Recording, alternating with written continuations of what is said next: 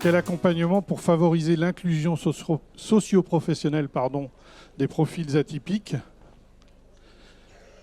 Venez me rejoindre. Et donc pour échanger avec nous,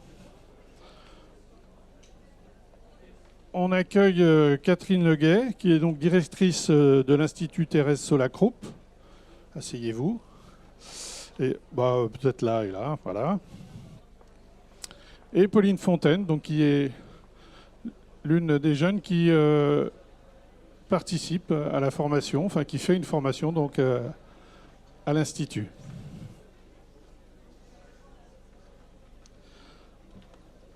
Alors, dans un premier temps, allez-y, installez-vous. Est-ce que, Catherine Leguet, est-ce que vous pouvez nous expliquer ce que l'on entend par profils atypiques? Oui. Oh. On va présenter l'Institut après. D'accord. Oui, allez-y, ils vont s'installer. Oui, ça marche. Ouais. Bonjour à toutes et à tous. Alors, c'est pas facile d'être là, je vais vous l'avouer. En effet, on va parler donc de l'accompagnement pour favoriser l'inclusion socio-professionnelle des profils atypiques. Et c'est un mot qui est un peu à la mode, hein, les profils atypiques, on en entend parler. Donc, qu'est-ce qu'on met derrière les profils atypiques? On met en fait principalement tous les personnes qui ont des troubles du spectre autistique, qui font partie donc des troubles, ce qu'on appelle neurodéveloppementaux, mais au même titre, on va y mettre aussi des profils qui vont avoir un trouble du déficit de l'attention avec hyperactivité ou pas d'hyperactivité. On va y mettre aussi également tous les troubles spécifiques qui sont liés à l'apprentissage, c'est-à-dire que on va y mettre des jeunes ou des moins jeunes hein, d'ailleurs, qui se confrontaient à la dyslexie, à la dyscalculie, à la dysorthographie. Donc voilà. C'est important de bien redéfinir ce qu'est les profils atypiques, parce que c'est vrai qu'on entend tout et n'importe quoi. Et moi, je voulais vraiment insister sur quelque chose, notamment sur le spectre de l'autisme. Pendant très longtemps, décennies d'avant, on considérait l'autisme comme une maladie mentale. Donc ça, c'est important, j'insiste. C'est pas une maladie mentale, c'est pas des débiles. C'est des gens qui ont toute leur place. Et c'est vers quoi on va parler, on va débattre la demi-heure avec nous. Voilà. Est-ce que vous pouvez nous présenter également l'Institut Marie-Thérèse Solacroup, dont vous êtes la directrice? Qu'est-ce que vous y faites? Alors, l'Institut Marie-Thérèse Solacroup, c'est une association loi 1901 qui est chapeautée par une fondation qui s'appelle la Fondation Solacroup Hébert.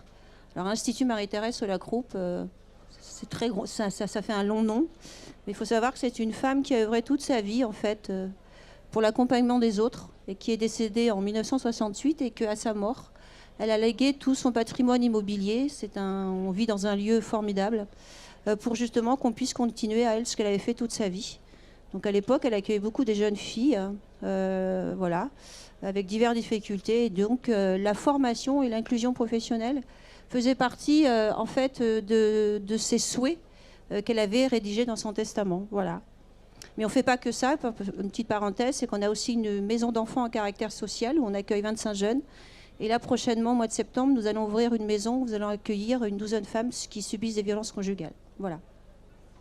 Bien, pour revenir aux profils atypiques que vous avez décrits tout à l'heure, est-ce que vous pouvez nous donner quelques données un peu chiffrées, ce que ça représente?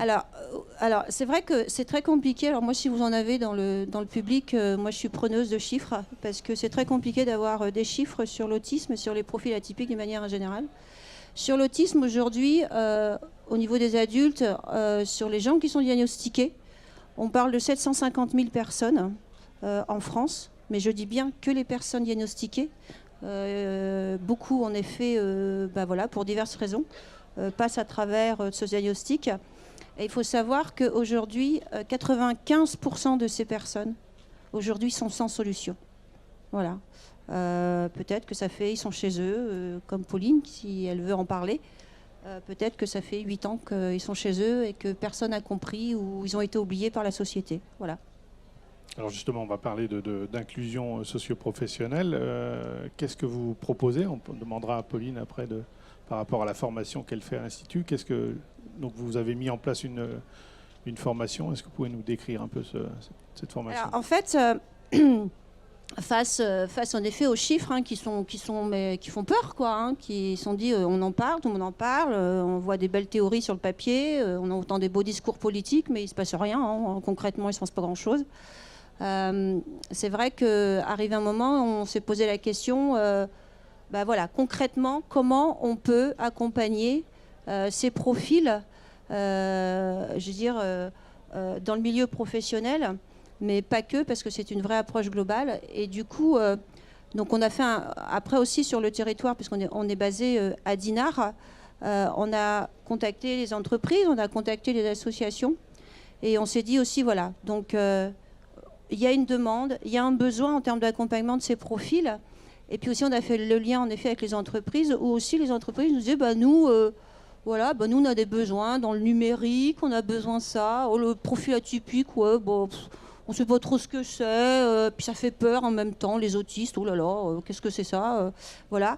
Et du coup, on a écrit un projet, et je tiens à remercier EDF qui nous ont beaucoup accompagnés sur ce projet et qui continuent à nous accompagner. Et du coup, on a monté un projet de formation qui est aussi atypique quelque part, parce qu'on ne veut pas rentrer dans les normes. L'obsession de conformité, nous n'en veut plus, ça ne fonctionne pas. Et du coup, voilà, on a créé 2 formations. En fait, une qui est assez classique, puisque c'est un bac+2, métier de développeur web et web mobile. La spécificité, c'est qu'il n'y a pas de prérequis. Nous, ce qu'on veut, c'est des gens qui sont passionnés, qui ont le numérique dans les tripes, quoi. C'est exactement ça. Donc, par exemple, sur notre formation de développeur web, on a 15 personnes et on en a 4 qui n'ont même pas le brevet. Et on sait qu'à la fin, ils vont être qualifiés bac+2. Voilà, donc c'est une réalité, c'est pas du blabla. Et puis après, on a une autre formation qui est axée sur, en fait, on l'a appelée tremplin. Parce que notre souhait, en fait, c'est de partir, en fait, de ce qu'est la personne et de l'emmener là où elle veut aller. Et non pas la parasiter, en fait, avec des contenus qui sont pour elle complètement... Enfin voilà, elle ne comprend pas. Et ça, c'est typique, en effet, des autistes, d'ailleurs, Asperger, où, en fait... alors, moi, ça me dérange quand on dit qu'ils ont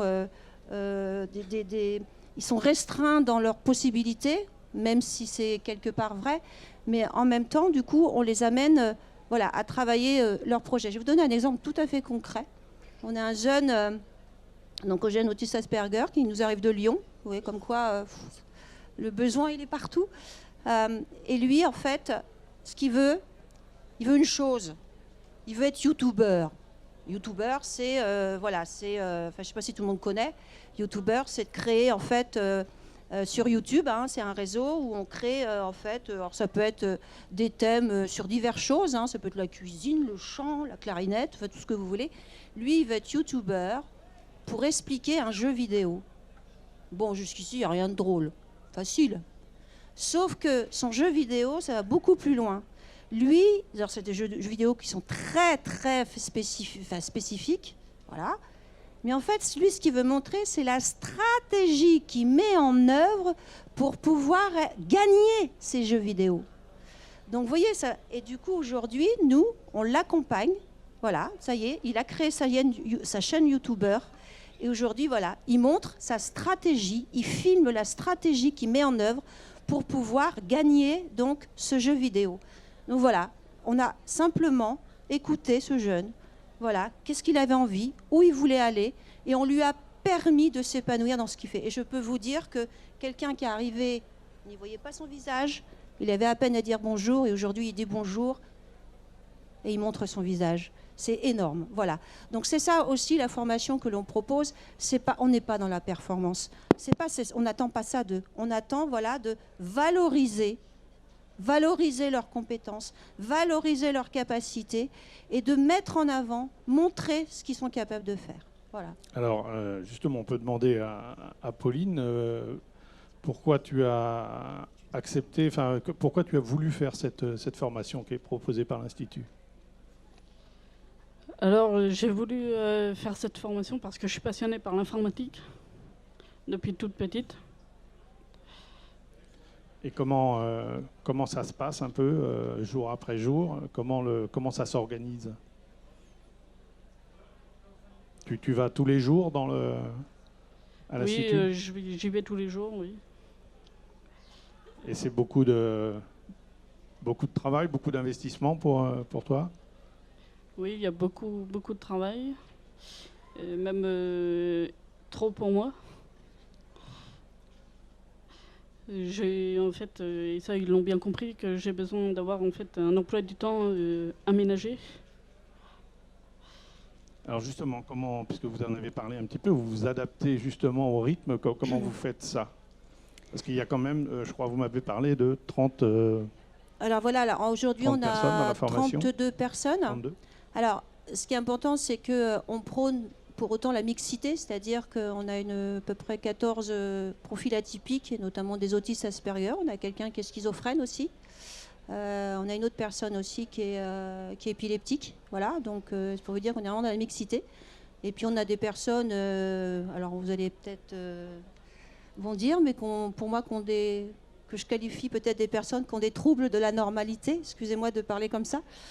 Mais donc voilà, donc du coup, on est vraiment dans une mixité des publics.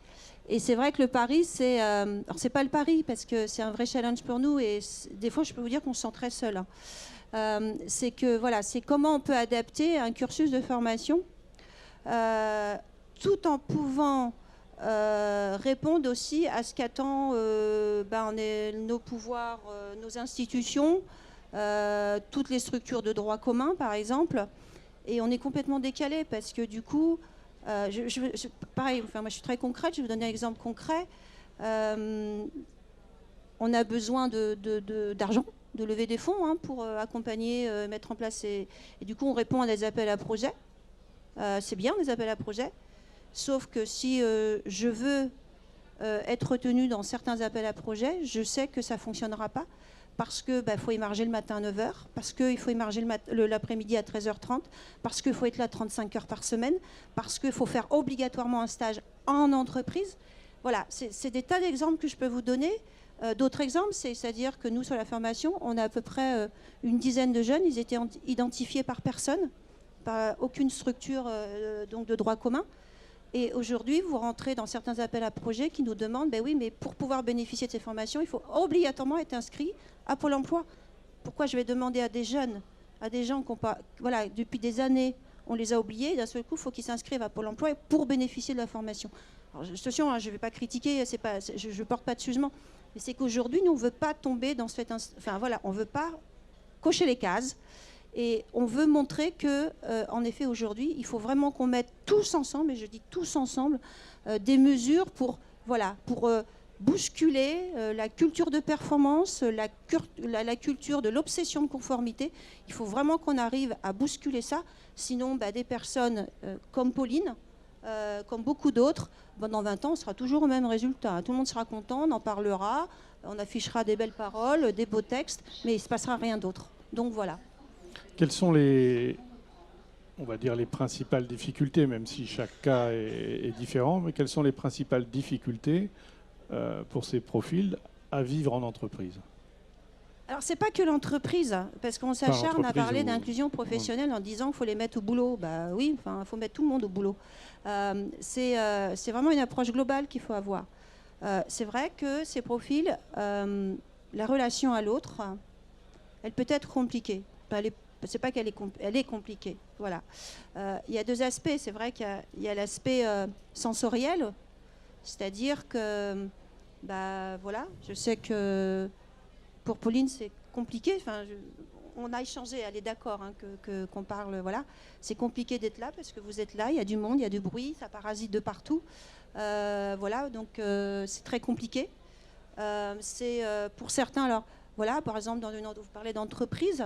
La pause de 10h ou je ne sais pas quand devant le café, voilà, pour quelqu'un qui est atypique, quel intérêt de prendre une pause à 10h voilà. Moi, je suis sur mon poste de travail, je bosse, et puis voilà. Mais si, voilà. Et du coup, le fait que je continue à travailler alors que mes collègues prennent 5 minutes pour prendre un café, ça veut dire que je suis pas normale, quoi. Bon, je sais pas. Enfin, donc c'est pour ça que je parle de trouble de la normalité. Voilà, il y a plein de voilà, et tout ce qui est lié aussi. J'en parlais, ce qu'on appelle le cognitif, hein, c'est la manière de réfléchir, la manière de penser, la manière de parler. Voilà, quelqu'un, on en parlait tout à l'heure. De vidéos qui a été faite par Sophie Robert, hein, sur justement des exemples sur deux personnes qui sont salariées. Quelqu'un d'atypique le matin avant de partir au travail, il sait qu'il part à 8 heures, peut-être qu'il va, il va avoir, peut-être qu'il va se dire, ou il va avoir une habitude que, il prend sa douche, et puis sous sa douche, il va attendre qu'il n'y a plus d'eau chaude pour partir de sa douche, voilà. Voilà, je ne sais pas comment on le qualifie, mais ça peut être ça. Ça peut être, il sait qu'il doit être à 8 heures au travail, et puis il a besoin peut-être 10 montres pour savoir, mais laquelle qui donne exactement l'heure exacte. Vous voyez, alors vous, ça vous paraît peut-être complètement, excusez-moi, mais hors norme. Mais voilà, c'est simplement une manière de penser, une manière de travailler, une manière de réfléchir qui n'est pas liée à la débilité, qui est simplement une autre manière d'être comme vous et moi, quoi. Voilà. Bien, alors est-ce qu'il y a déjà des questions? Il y a beaucoup de monde. Donc, est-ce qu'il y a alors, une question, Madame.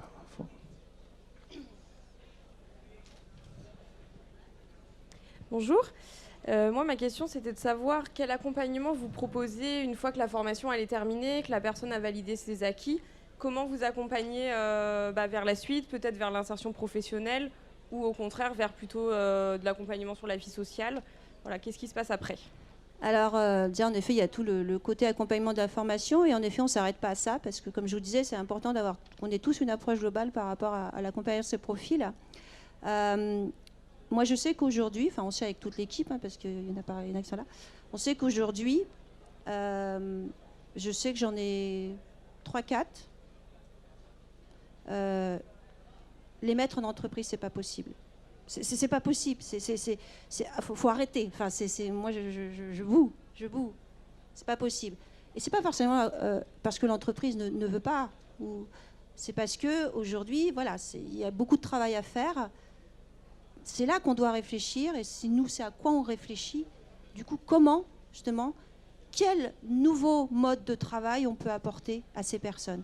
Est-ce qu'aujourd'hui, le présentiel en entreprise, est-ce que c'est indispensable? J'ai pas de réponse, hein. Attention, est-ce que c'est indispensable? Aujourd'hui, on parle de télétravail, avec ses plus et ses moins.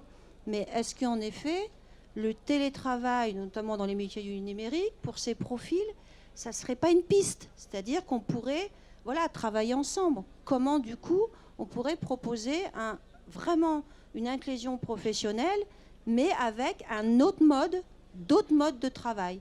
Donc ça veut dire, en effet, on bouscule une culture d'entreprise qui, aujourd'hui, on n'est pas tous prêts à l'entendre.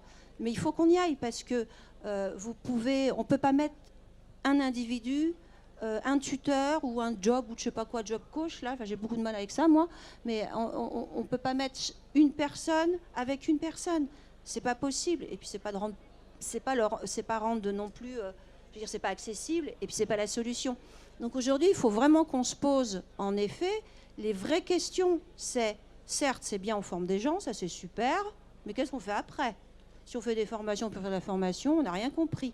Donc nous, on est vraiment dans cette démarche-là, c'est-à-dire que, alors on a déjà des projets dans la tête, hein, je vous parlais d'une plateforme, hein, on est en train de réfléchir à une plateforme numérique pour ces profils qu'on abriterait chez nous, parce qu'en effet, ces 3-4 personnes, moi je ne veux pas les laisser sans rien, parce que je n'aurais pas fait mon boulot, quoi. C'est une plateforme qui mettrait en relation des voilà, mais tout est inventé. Des missions. Voilà, c'est ça. Et aujourd'hui, il y a des tas de possibilités. C'est-à-dire c'est-à-dire qu'il faut qu'on bouscule vraiment la culture de l'entreprise, et qu'on bouscule à nous tous là, nos petites habitudes que l'on peut avoir l'habitude par rapport à ces jeunes, quoi. Ou c'est moins jeunes d'ailleurs. Alors, une autre question là. Après, là-bas. Alors, j'ai pas forcément une question, j'ai juste envie de dire je vous remercie d'être présent aujourd'hui.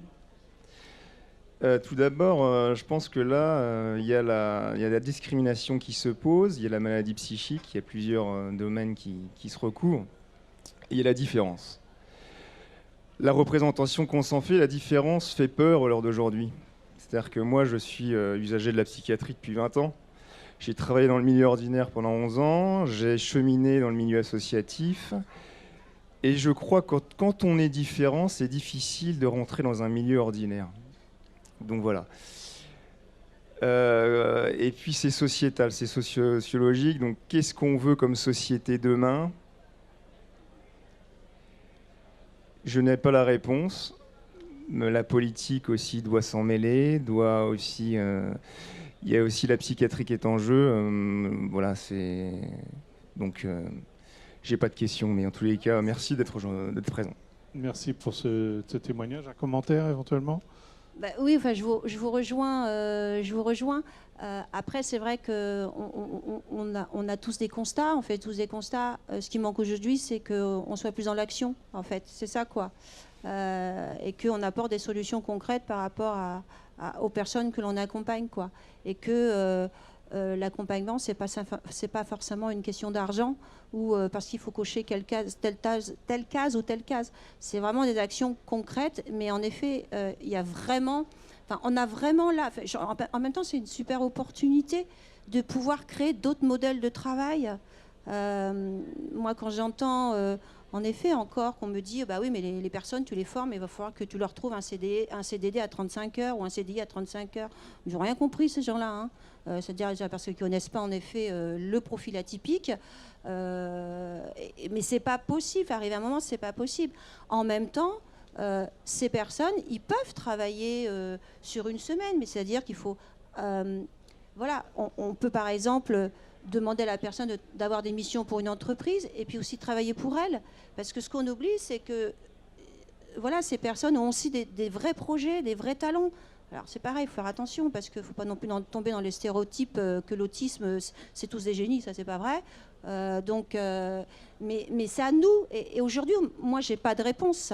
En revanche, je réfléchis au quotidien avec l'équipe et le fait d'être avec ODF, avec le stand, c'est justement, nous, on est là pour vous amener à réfléchir. C'est-à-dire, c'est qu'est-ce qu'on peut inventer comme modèle de travail et d'accompagnement pour ces profils et non pas dire je vais faire parce que voilà. Donc c'est ça. Aujourd'hui, on doit être dans une vraie réflexion. Sinon, dans 20 ans, on se retrouve et on aura le même discours. Alors, il y avait... Oui, bonjour. Et après... Oui, je remercie le monsieur d'élargir le débat sur l'exclusion de toutes les personnes en situation de handicap. Donc je remercie aussi toutes les personnes qui s'occupent du handicap. Et je voudrais simplement témoigner d'un autre handicap invisible aujourd'hui, qui est l'électrosensibilité et qui exclut de très nombreuses personnes aujourd'hui. Ces personnes qui ne peuvent pas venir ici, justement, puisque aujourd'hui on est entouré d'ondes partout. Mon épouse l'est depuis 3 ans, comme des milliers de personnes en France, et elles ne peuvent plus travailler. Par exemple, aujourd'hui, elle a été mise en retraite anticipée pour incapacité de travail. Aucune solution n'est proposée et une mise à l'écart de la société est imposée. Et aujourd'hui, c'est même un droit au territoire qui est mis en cause. Je n'interviendrai pas plus longtemps parce que je ne voudrais pas aller en dehors du débat. Merci. Merci pour ce témoignage. Oui. Mais voilà, c'est un exemple, malheureusement parmi d'autres. Moi, j'en ai un autre exemple concret. Lors du cursus, là, nous avions un forum de l'emploi. Et du coup, pour rencontrer les entreprises, jeu de très classique, voilà. Donc du coup, nous voilà partie et l'équipe avec notre douzaine de jeunes, qui sont atypiques et autistes. On est arrivé, il y avait plein de stands partout. Ça grouillait de monde. J'avais mes 10 jeunes, je savais plus quoi faire parce que c'est la peur, le monde, le bruit, voilà.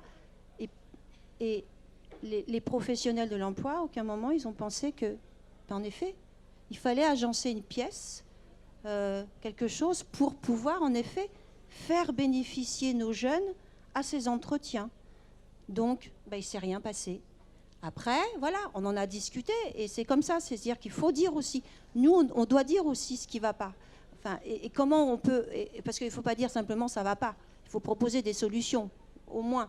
Donc du coup, je dis, mais voilà, on s'est dit avec eux, j'en ai pris quelques-uns, j'ai dit, mais dites pourquoi ça ne peut pas fonctionner. Dites que ce n'est pas possible de faire la queue, d'attendre, d'entendre tous ces bruits, ces lumières, ces néons qui flashent dans leurs yeux, ça ne va pas du tout. Donc du coup, l'année prochaine, ils ont réfléchi justement à pouvoir installer une pièce à côté où c'est les entreprises qui vont venir à la rencontre d'eux. Vous voyez, c'est plein de petites choses comme ça, c'est que du bon sens en plus, et qui ne demandent pas des moyens énormes. Vous voyez, c'est ça, mais ça rejoint ce que vous dites, c'est arrive un moment, il faut réfléchir, c'est comment on peut faire autrement. Voilà. Alors, oui. Hein Oui. Bah oui, vivre ensemble, Alors, ouais. une question ici. Et après, Bonjour. je regarde. Moi, je voudrais savoir, donc, Allez-y, ça marche. Allez-y. je m'occupe d'une association d'autisme à Saint-Malo, justement, et j'aurais voulu savoir comment ça se passe au niveau des personnes donc, qui travaillent avec vous, au niveau des formations. Les personnes, elles ont été, comment vous expliquer ça un peu, formées à l'autisme, comment que ça fonctionne? C'est les intervenants, la question. Les intervenants. Alors, Voilà. du coup, il y en a quelques présents dans la salle. Alors ça, c'est vrai que c'est... On a demandé de l'aide. On a demandé de l'aide, et moi, j'ai pas eu honte de demander de l'aide. L'équipe qui travaille auprès des jeunes, alors, moi, je voulais pas de psychologue, par exemple. Excusez-moi s'il y a des psychologues dans la salle, mais je voulais pas. Je voulais pas. Ouais, c'est bon, quoi. Les entretiens de face à face où il se passe rien, j'en voulais pas. Voilà. Et puis je suis revenue en effet, sur ma décision. J'ai eu tort parce qu'arrivé un moment, en effet, il y a eu, voilà, j'ai fait appel à un psychologue parce que on n'arrivait pas à répondre, parce que mes équipes, mon équipe n'était pas suffisamment formée sur l'accompagnement de ces personnes. Et j'ai eu la chance de trouver un super psychologue qui a une approche, la sophrologie, le yoga, voilà, où on se balade dans le parc, tout se passe d'une manière un petit peu aussi innovante dans l'approche psychologique. Mais voilà, en effet, c'est vrai que... Et en même temps, parce que du coup, on a fait appel à plusieurs psychologues, notamment avec Autisme Émeraude et puis Ouvrons la Bulle, qui sont des psychologues des associations. En même temps, on fait toujours très attention le fait que la personne, elle connaît bien. Parce que chaque individu est différent et que l'autisme, en effet, c'est pas une typologie. Surtout pas. Voilà. Donc, oui, on a besoin des professionnels, mais c'est pareil, on a besoin de tout le monde. C'est-à-dire que c'est toujours intéressant, et moi je vois dans les formateurs, ils ont un regard mais très riche, et ils savent poser les bonnes questions, qui fait que nous, ça nous fait poser les vraies questions. Et vous voyez, c'est ça ce qui est important. On n'est pas sur de la théorie, on est dans le concret, quoi. D'accord. Je voudrais également remercier justement la personne de EDF, parce que je sais qu'elle est présente, par rapport au petit dépliant qui a été fait justement sur l'autisme, qui est tout à fait réduit, mais où il y a le principal dedans. Bien, alors une question, là, monsieur et madame.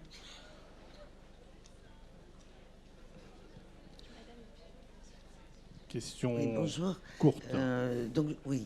Enfin, c'est plus une observation par rapport à une expérience personnelle d'enfants différents. Je pense que la question, quand même, est vraiment le rapport entre la singularité et puis la normalité. Et donc, le curseur bouge en fonction de l'évolution de notre société. Donc, aujourd'hui, on parle beaucoup de l'autisme, on met tout ça dans un seul sac, et les autres gens sont normaux, hein, bien sûr. Moi, je constate, pour avoir maintenant mon fils qui est au CNED, qu'on explose au CNED parce que, il y a plein d'enfants qui ne veulent plus du système scolaire ordinaire. Ils ne sont pas tous autistes, hein, Mais ils en ont tous marre. Ceux qui bossent dans les entreprises, idem. Je veux dire, d'accord, il y a un groupe qui aurait besoin d'ajustements particuliers. Je trouve que c'est juste une façon exacerbée, finalement, de refléter la société dans laquelle on est et qui fait que ces enfants posent problème, ou ces adultes, mais tous les adultes, enfin, il y a 2/3 des adultes qui n'ont pas envie de rentrer dans le chemin de plus en plus étroit qu'on nous propose. Et ça, je pense que vous, de votre côté professionnel, sur des cas particuliers, je pense que vous pouvez avancer que par rapport à aussi ce reste qui est soi-disant la majorité, alors qu'en fait, ce sont exactement les mêmes problèmes qui sont posés. Vous comprenez je vous rejoins complètement. Commentaire. Ouais. Pour répondre, parce que c'est vrai qu'aujourd'hui, on commence à appliquer des méthodes, à la formaliser, hein, parce que ce qu'on fait, c'est important de pouvoir formaliser ce qu'on fait. Alors on reconstruit on déconstruit pour reconstruire des fois de la semaine à l'autre, mais ça fait partie aussi de notre job.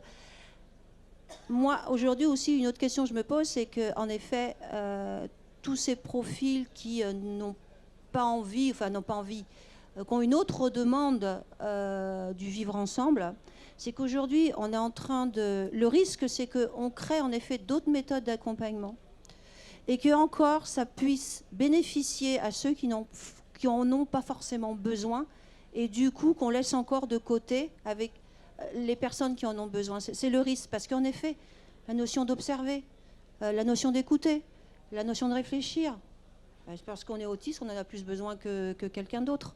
Et aujourd'hui, c'est vrai que ne faudrait pas qu'on utilise, j'ai envie de dire, ce spectre autistique pour pouvoir créer des outils ou des méthodes qui finalement bénéficieraient à d'autres, et au final, on n'aurait rien fait avec eux, avec nous. Vous voyez ?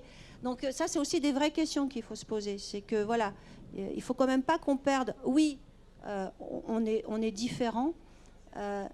Pour autant, il ne faut pas qu'on perde que ces publics, il y a un vrai accompagnement à réaliser. Alors, une dernière question assez rapide, enfin très rapide même. Je vais peut-être me lever du coup. Oui. Merci de m'avoir donné la parole. Si je viens, c'est pas en tant que professionnel. En fait, je suis moi-même diagnostiqué TDAH, donc trouble du déficit de l'attention avec hyperactivité. C'est un nom qui peut paraître un petit peu bizarre, mais ça en fait pas grand-chose à voir avec son nom. Je vais essayer de rester un peu concis.